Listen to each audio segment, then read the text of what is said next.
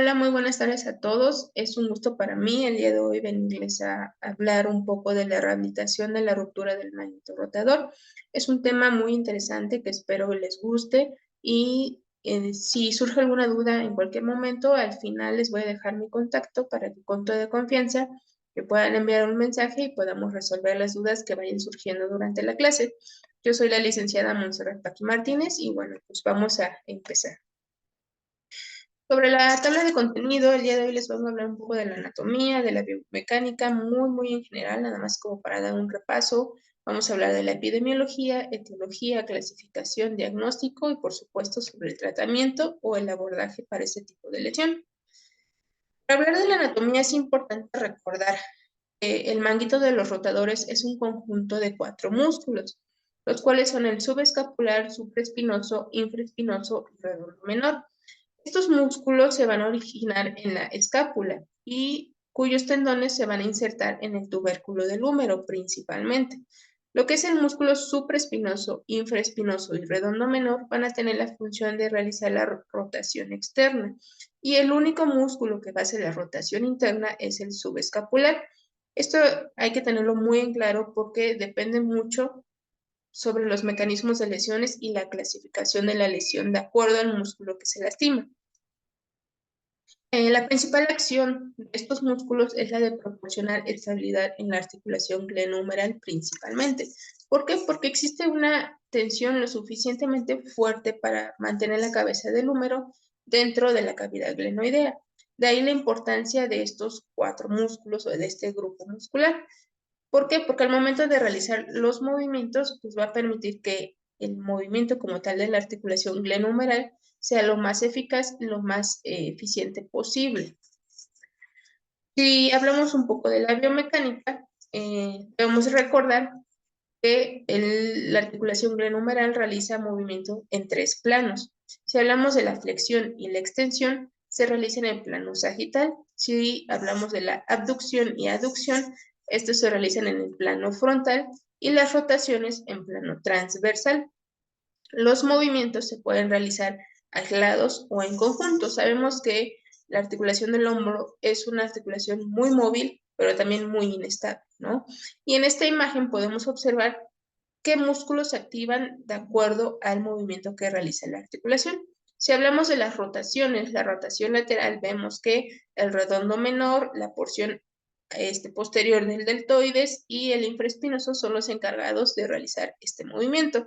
En la rotación medial trabajan más músculos, que en este caso es el dorsal ancho, el redondo mayor, el subescapular y como músculos accesorios, el pectoral mayor y el deltoides en su porción anterior.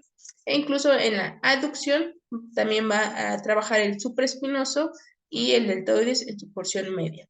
Entonces es importante recordar qué músculos se activan en qué movimiento para pues entender también a veces los mecanismos de lesión.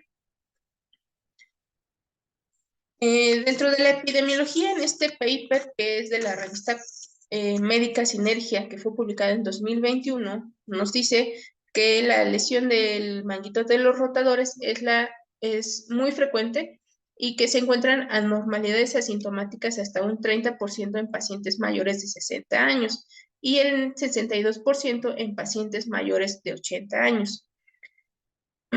En un estudio que hizo Yamaguchi en Estados Unidos, él se dedicó a evaluar pacientes que tenían molestias unilaterales en el hombro y se descubrió que existían rupturas unilaterales del manguito de los rotadores hasta en un 33% en personas de 58 años de edad y rupturas bilaterales en un 30% en personas de 67 años de edad. Otro estudio que hizo Leck, él se dedicó a estudiar cadáveres, obtuvo como resultado que el 30% de los pacientes de 60 años y 6% de los pacientes menores de 60 años presentaban lesiones de espesor completo. Esto pues nos da una evidencia de la importancia o de la correlación que existe entre la edad y la patología. ¿Por qué? Porque este tipo de lesiones es más frecuente observarlo en pacientes mayores de 60 años. En este otro paper de la Revista Colombiana de Ortopedia y Traumatología, que fue publicada en 2016, nos dice que la ruptura completa del tendón de los manguitos de los rotadores es una patología muy frecuente en la articulación del hombro y se incrementa con la edad, incluso en población asintomática. Cerca de 4.5 millones de personas en Estados Unidos presentan algún tipo de lesión en el manguito de los rotadores y aproximadamente cada año se realizan de 300 a 400,000 cirugías por este tipo de lesión. La causa más frecuente en la población mayor es la enfermedad degenerativa y solo cerca del 1% de las lesiones se presenta en personas jóvenes. Entonces, como vemos, no es frecuente que se presente en personas jóvenes. En este otro paper, que es de la revista DIDAC de Cuba en 2020, nos menciona que la tasa de prevalencia se sitúa entre el 9 y el 26% en la población de general en países occidentales. En el año 2015, esta patología representaba casi cerca de 12.6 millones de visitas de atención ambulatoria en consultorios médicos en Estados Unidos. ¿Esto por qué? Porque es la tercera causa de enfermedad musculoesquelética más frecuente, después de los dolores de espalda y de rodilla respectivamente, aparte de que es la causa más común de dolor de hombros en adultos, ¿no? De acuerdo a este estudio. Las actividades de alto rendimiento que más presentan rupturas del manguito de los rotadores en personas atléticas son el béisbol, el tenis, el golf, la gimnasia y el voleibol respectivamente.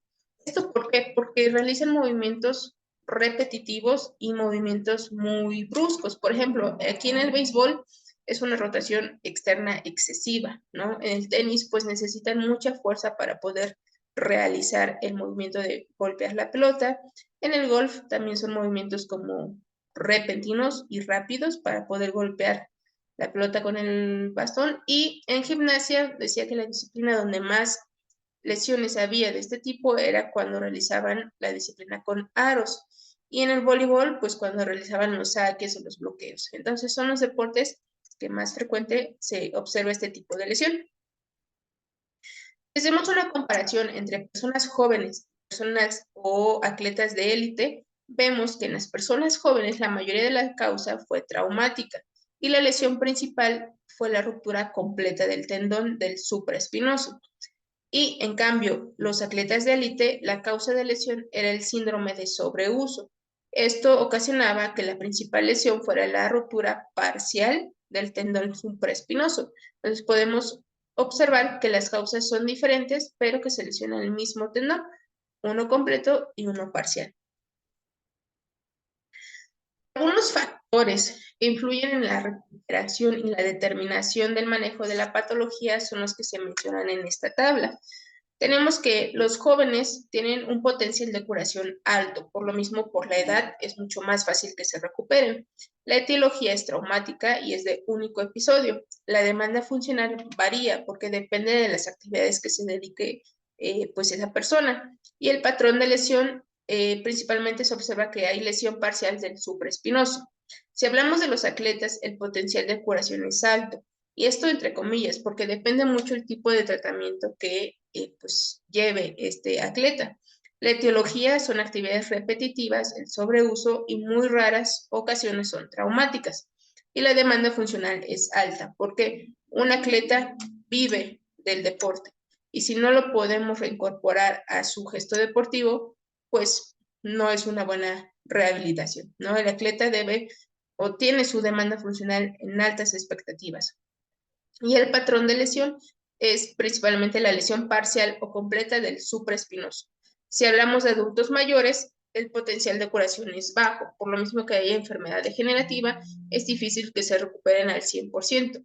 La etiología es degenerativa, la demanda funcional es baja, por lo mismo que en un adulto mayor solamente se busca que recupere la mayor funcionalidad posible para que puedan realizar las actividades de la vida diaria básicas. Y el patrón de lesión es la lesión de espesor completo del supraespinoso. Entonces vemos que pues sí cambia un poco las características dependiendo del tipo de población donde nos encontremos.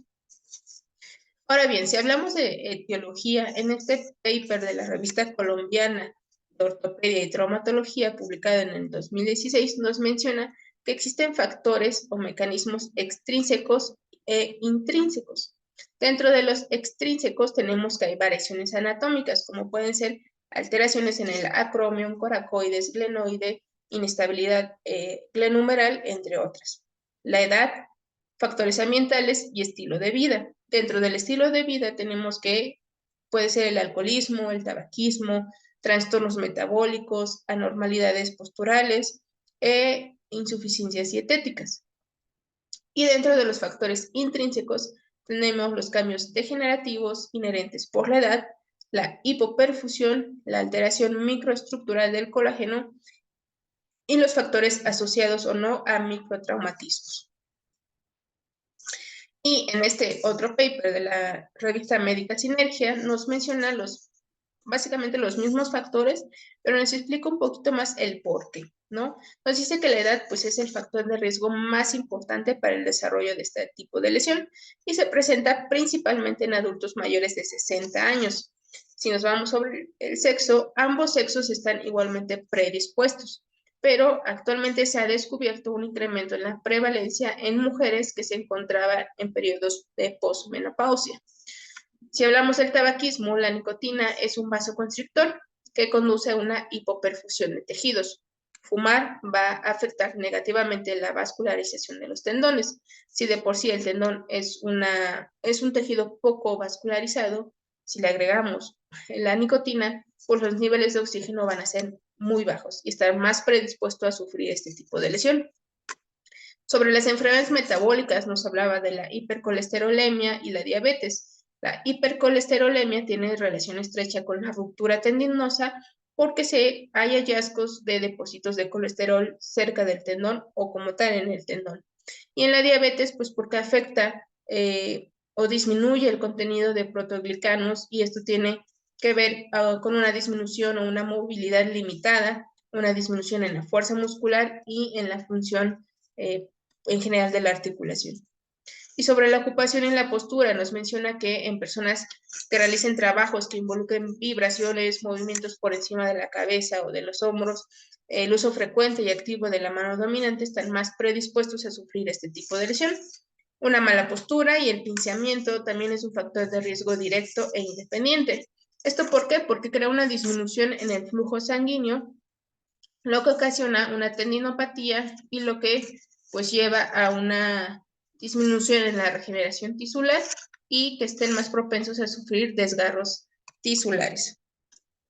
Si hablamos de la clasificación, es importante reconocer que Codman fue el que realizó las primeras descripciones en 1933, pero las más utilizadas son estas 5, de Orion, Hellman, Harriman, Pate y Wolfram, ¿no?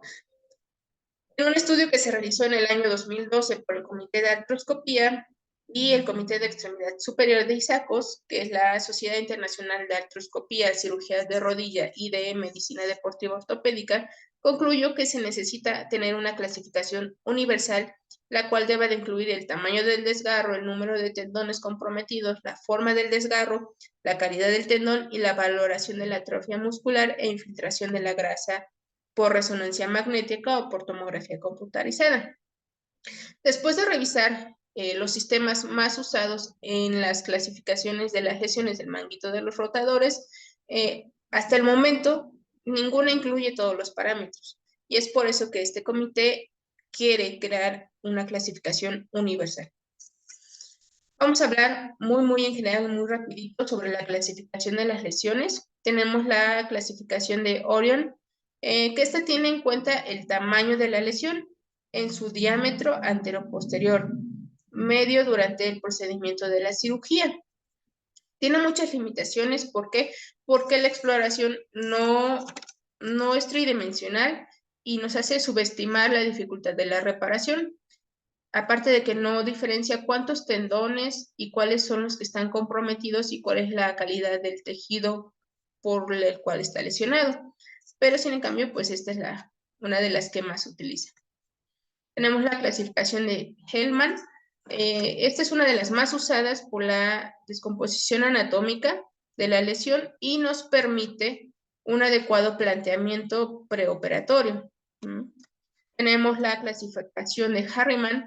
Esta se basa en el número de tendones comprometidos en el manguito de los rotadores durante la cirugía y tiene una validez para pronosticar la reparación que se debe realizar de acuerdo a la extensión del desgarro.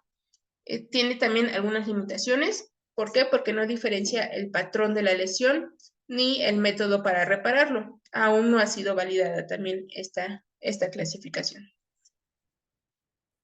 Tenemos la clasificación de Gunther. Esta está basada en la existencia de la infiltración grasa en imágenes de tomografía computarizada. Su principal función es determinar si el tendón es reparable o no. Como podemos ver aquí en la imagen, esta sería el grado 1, el grado 2, el grado 3, vamos viendo el deterioro y el último el grado 4. También tenemos la clasificación de Hamada. Esta describe el tipo de artropatía con rupturas masivas. Utiliza principalmente la radiografía convencional y esto es porque puede observar características de la articulación glenohumeral para determinar el grado de lesión. Aquí podemos ver el grado 1, que sería el grado normal, el grado 2, una disminución en el intervalo acromiohumeral, el grado 3, acetabulización del acromio, el grado 4 y el grado 5. El Comité de Artroscopía y de Miembro Superior en el 2013 desarrolló una clasificación que incluyera todos los factores que se consideran importantes, como son el tamaño del desgarro, la localización, la forma, la retracción del tejido y la calidad del tejido. Esta clasificación utiliza el acrónimo PERG, que es patrón de desgarro, extensión, atrofia grasa, retracción y localización. Esta clasificación ofrece una mayor orientación en cuanto al diagnóstico y al pronóstico del tratamiento que se vaya a emplear. Y este sistema trata de permitir al cirujano que pueda pronosticar la dificultad del procedimiento que deba realizar y que tenga una visión más real del pronóstico de la lesión. Es un poco más completa este tipo de clasificación y es la que actualmente se utiliza más. Bien, para hablar del diagnóstico es importante, y recordemos, realizar una historia clínica detallada para evaluar principalmente la sintomatología, hablando de que si el dolor es crónico, los grados de movimiento que tenga la articulación, tanto en la región anterior y lateral del hombro, y si existe debilidad muscular. Sobre el examen físico es importante realizar una palpación en puntos dolorosos a la altura de la tuberosidad mayor del húmero, inspeccionar la articulación glenohumeral, acromioclavicular, el tendón de la cabeza larga del bíceps y los músculos infraespinoso, supraespinoso y valorar la atrofia muscular. Dentro de este examen físico es importante recordar que podemos apoyarnos por pruebas físicas, las cuales son estas. Por ejemplo, está la prueba de NIRF, que básicamente consiste en que el examinador eleve el brazo y si es positiva, si hay dolor en la región anterior o lateral del hombro, ¿no? Tenemos la prueba de Hankins-Kennedy, la cual igual es estabilizar la escápula, llevar el codo y el hombro a 90 grados y realizar una rotación interna forzada. Es positiva si hay dolor y se puede pensar que existe un pinzamiento en el músculo supraespinoso. Tenemos también la prueba de Hop, que esta básicamente es que el paciente tenga los brazos en aducción aproximadamente en 30 grados, una elevación de 90 grados y el codo extendido. Se le pide al paciente que haga una rotación interna máxima, es decir, que lleve los pulgares hacia abajo y que intente elevar ambas extremidades contra resistencia. Es positiva si hay dolor o hay debilidad. Tenemos otras pruebas, como la prueba de rotación externa contra resistencia. Esta, pues básicamente es colocar al paciente con su brazo en aducción y flexión de codo de 90 grados, realizar una rotación externa contra resistencia y es positiva si hay debilidad muscular y se podría pensar que el músculo lesionado es el músculo infraespinoso. Tenemos la prueba de lift-off, que básicamente es tener el brazo en rotación interna, realizar una flexión de codo y ponerlo detrás de la espalda. se le pide al paciente despegar la extremidad de la zona lumbar y es positiva si hay dolor y si es incapaz de mantener esta posición. Y se puede pensar que el músculo lesionado es el músculo subescapular. Y por último tenemos la prueba de Codman, que es una de las más utilizadas, donde se evalúan los brazos aproximadamente a 120, 140 grados en aducción y en flexión de hombro. Se le pide al paciente que trate de mantener esta posición y es positiva la prueba si es incapaz de sostener la postura. Y se piensa que hay una deficiencia importante en el supra y en el infraespinoso, ¿no? Como podemos ver aquí en la imagen. Entonces, de esta prueba, la más sensible, hablando de un 68%, es la de Hop, la más específica es la de Lift-Off y la de Codman, y la prueba de Hankins es bastante sensible, pero poca específica. Las pruebas por sí solas tienen una baja especificidad, pero si la utilizamos juntas, nos puede ayudar para realizar un diagnóstico diferencial y para poder establecer un diagnóstico definitivo es necesario realizar pruebas de imagen. Dentro de estas tenemos la radiografía simple, que principalmente se pide una proyección en AP, axial y una escapular en Y para valorar el estado de la articulación, el arco acromiclavicular y la localización de la cabeza humeral. Otro tipo de estudio que se puede pedir es la ultrasonografía, que ha demostrado una buena sensibilidad y una buena especificidad para poder evaluar rupturas en los músculos, ya sea parciales o totales, y permite visualizar los cambios en los tendones, principalmente del supraespinoso. En cambio, el estudio gold estándar para este tipo de lesiones es la resonancia magnética. ¿Por qué? Porque es más específica y tiene una alta sensibilidad, hablando aproximadamente de un 90-93%. ¿Por qué? Porque nos brinda información desde el tamaño de la ruptura, la extensión de retracción, la infiltración grasa y sobre la atrofia muscular. Como podemos ver aquí, pues se puede apreciar muchísimo mejor las estructuras, ¿no? Aquí el tendón está sano, aquí ya podemos ver esto anecoico que está roto, ¿no? Y se pueden pues visualizar muchísimo mejor todos los tejidos. Entonces es importante que durante el diagnóstico tengamos en cuenta estos factores: la edad, el estado óseo, si es fumador o no, el mecanismo de lesión, el tipo de cirugía, si es que ya se la realizaron, y las enfermedades concomitantes, para poder dar un buen diagnóstico y sobre todo un buen tratamiento. Y hablando del tratamiento, en este paper nos menciona que personas jóvenes, las lesiones son de manejo quirúrgico casi siempre, o hablando aproximadamente un 90%, y puede ser por artroscopía o una cirugía abierta. Y el promedio de satisfacción va aproximadamente del 87 al 95%. Pero si hablamos de deportistas de élite, cuando se realiza la cirugía es habitual observar que no vuelvan a tener el nivel competitivo similar. Es por eso que en caso de los atletas la primera opción de manejo es el no quirúrgico y se debe de poner mucho énfasis en la rehabilitación y en el manejo del dolor. Este manejo del dolor puede ser por infiltración subacromial con lidocaína y corticoides, que son los medicamentos más utilizados y con mayor eficiencia, porque desempeñan un papel importante en medida inicial en este tipo de pacientes. De no obtener una respuesta adecuada, pues ya se puede tener esta opción de realizar un desbridamiento artroscópico. Pero en los atletas, pues se busca que no llegue a la cirugía. En cuestión de cuando son pacientes jóvenes, el no reparar las rupturas completas puede llevar a una retracción tendinosa y a una atrofia muscular y obviamente a malos resultados con una cirugía tardía. Es por eso que se recomienda realizar un manejo artroscópico, porque hay menos incidencia en el dolor postoperatorio, lo que permite realizar una buena rehabilitación y mucho más temprano pues tener los resultados que se esperan.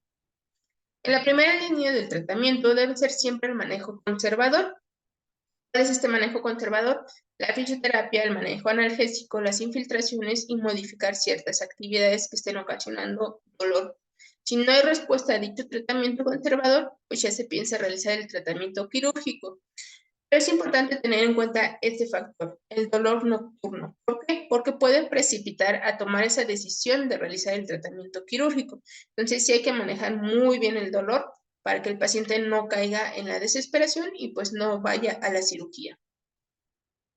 En cambio, en pacientes mayores con rupturas completas que no respondan al tratamiento conservador, se debe de realizar una artroscopía y una tenotomía, ofreciendo pues mejores resultados que una descompresión subacromial aislada. Esto básicamente son como técnicas de cirugía, pero la mejor es la artroscopía porque es menos invasiva. Dentro del plan de tratamiento, pues encontré varias opciones, sin en cambio, no hay una como guía específica que nos diga tantas repeticiones, tantas series, con tanta frecuencia, y sabemos que pues lo debemos de ir adaptando de acuerdo a la sintomatología de nuestro paciente. Sin en cambio, en este paper nos menciona un plan de tratamiento general que a mi punto de vista fue como el mejor y que abarca todas las áreas que necesitamos trabajar. Lo maneja por fases. Tenemos la primera fase, que nos menciona que tenemos ciertas metas, la de mantener la integridad de la reparación, incrementar gradualmente el rango de movimiento, disminuir el dolor, la inflamación y prevenir la inhibición muscular. ¿Cómo podemos lograr estos objetivos? Bueno, nos dice que podemos empezar a trabajar desde el día 4 al día 8 con ejercicios pendulares, ejercicios pasivos y crioterapia. A partir del día 7 y 10 podemos realizar los mismos ejercicios pendulares, pero en la alberca, y realizar una progresión de ejercicios pasivos a tolerancia también en la alberca, ejercicios activos asistidos con barra y ejercicios isométricos submáximos, y continuar con la crioterapia si todavía el dolor y la inflamación es muy notoria.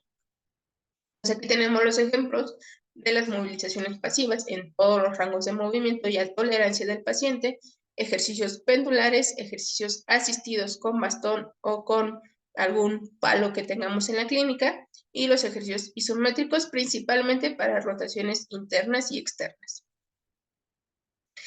Dentro de la fase 2, que sería el día 11 y la semana 6, las metas que debemos de cumplir son permitir la curación del tejido blando, no someter a excesos de tensión el tejido y restaurar gradualmente la movilidad pasiva completa. En la semana 3 y 4 podemos ya restablecer la estabilidad dinámica del hombro, seguir trabajando sobre la disminución del dolor y la inflamación, continuar con ejercicios de movilidad pasiva, pero ahora en alberca, sobre ejercicios de movilidad activa asistida a tolerancia y continuar con contracciones isométricas, crioterapia si es necesario. Después de la semana 4 a la semana 5 e incluso hasta la semana 6 podemos continuar con todos los ejercicios anteriores, principalmente en alberca, iniciar fortalecimiento de rotaciones internas y externas, iniciar con resistencia manual en decúbito supino e iniciar con ejercicios en remo en prono, algunos ejercicios isotónicos para codo, y puede usarse calor antes de los ejercicios. Y aquí tenemos ejemplos, las contracciones isométricas para flexión, extensión y rotaciones internas, las movilizaciones activas o pasivas en la alberca. El remo en prono es uno de los ejercicios que más mencionan que se tiene que comenzar a realizar ya en esta fase, y las abducciones con peso. Y bueno, este sería como el progreso, ¿no? Isométricos, con resistencia, con asistencia de algún bastón, algún palo, las movilizaciones activas y ya como tal el fortalecimiento. Dentro de la fase 3 tenemos las metas van cambiando. Debemos realizar una movilidad completa, pasiva y activa, una estabilidad dinámica del hombro, restaurar gradualmente la fuerza y la potencia del hombro y las actividades funcionales. Esto aproximadamente en la semana 7 podemos comenzar a trabajar en elongaciones, movilidad, continuar con ejercicios de estabilización dinámica, progresión del programa de fortalecimiento. Por ejemplo, puede ser tirar poleas, hacer rotaciones internas y externas en decúbito lateral, levantamientos laterales, movimientos completos de escápula, ejercicios en remo en prono y abducción en prono. En la semana 14 ya podemos continuar con todos estos ejercicios, hacer una progresión hacia un programa de ejercicios independientes en el hogar que vayan específicamente para ejercicios fundamentales en el hombro. Y como ejemplo tenemos estos, ¿no? Los ejercicios con polea, de acuerdo al peso que vaya soportando el paciente, las rotaciones en decúbito lateral o apoyados sobre una mesa, y las elevaciones tanto en abducción y en flexión de hombro, son con mancuernas, con ligas o con pelotas medicinales. Y los ejercicios fundamentales serían ejercicios por encima de la cabeza, fortalecimiento y movilidad activa, igual seguir con la movilidad activa del paciente para que logre los rangos completos, y lo que nos menciona aquí son los estiramientos, realizar elongaciones musculares que son importantes para prevenir las atrofias musculares. Dentro de la fase 4 tenemos algunas metas, que es mantener la movilidad completa indolora, mejorar el uso funcional de la extremidad superior, mejorar la fuerza y la potencia muscular y pensar en el retorno gradual de las actividades funcionales. Esto puede ser continuando con los ejercicios fundamentales de hombro al menos 4 veces por semana, continuar con las elongaciones si el movimiento aún es limitado y continuar con la progresión hacia la participación deportiva. Como ejemplo nos ponen estos ejercicios, que sería press de hombros con barras, press de pecho con mancuernas en banco inclinado, press de hombro sentado con barras, press de hombro solamente con mancuernas, press de hombro con máquinas, elevaciones laterales con mancuernas, remo al cuello con mancuernas, elevaciones laterales con pulgar hacia abajo, remo de cuello con barra y remo de cuello con polea. También nos menciona elevaciones posteriores, face pull con polea, face pull con barra y el remo en prono. También nos menciona que podemos hacer extensiones en diagonal, flexiones en diagonal, rotaciones internas y externas con abducción, y esto con base de fortalecimiento con ligas, con mancuernas o con el material que tengamos. También nos habla sobre ejercicios de propiocepción, que en este caso pues utilizan la pelota Bobat, ¿no? Puede ser con apoyo con las dos manos o unilateral. Ya lo vamos enfocando más hacia el gesto deportivo. Si es beisbolista nuestro paciente, pues podría ser ya ejercicios enfocados que vayan hacia por la actividad que realice. En este caso, si por ejemplo es pitcher, pues que comience a realizar lanzamientos para que tenga todas estas fases para que lance muy bien la pelota. Sí, con fortalecimiento, mucho de rotación externa e interna. Y, por ejemplo, en este caso, si es tenista, pues podemos realizar los movimientos del gesto deportivo con mancuernas o con ligas de resistencia, ¿no? Simulando, pues, el gesto deportivo. Cuando hablamos de golf, pues aquí nos tienen estos ejemplos que también trabajan mucho con las ligas, con las bandas de resistencia, igual simulando los movimientos que realizan al momento de ejecutar su deporte. Y en esta imagen podemos observar un método de entrenamiento para los beisbolistas y los voleibolistas, que en este caso son lanzamientos, ¿no? Por ejemplo, aquí simula mucho lo que son los saques, cuando le elevan la pelota o cuando van a rematar el balón. Aquí ya nos menciona el número de series y repeticiones aproximadas, y esto lo realizan con balones medicinales. Y pues son algunos de los ejemplos que este protocolo y este plan de intervención nos menciona. Sabemos que pues ya depende mucho de la imaginación también del fisioterapeuta para poner los ejercicios, pero estas son algunas ideas que nos plantean. En todos los artículos mencionaban que siempre hay que comenzar con disminuir el dolor y la inflamación y poco a poco pues recuperar el movimiento, los rangos articulares completos para empezar de ahí el fortalecimiento y la potencia, si es un atleta. Si es una persona adulta mayor, pues simplemente se busca que recupere la mayor funcionalidad posible, y si es una persona joven, pues que recupere también tanto fuerza y movimiento para que pueda realizar sus actividades sin ningún problema. Y bueno, por mi parte sería todo. Muchas gracias. Espero que haya sido de su agrado y pues aquí les comparto mis datos para cualquier duda. Muchas gracias.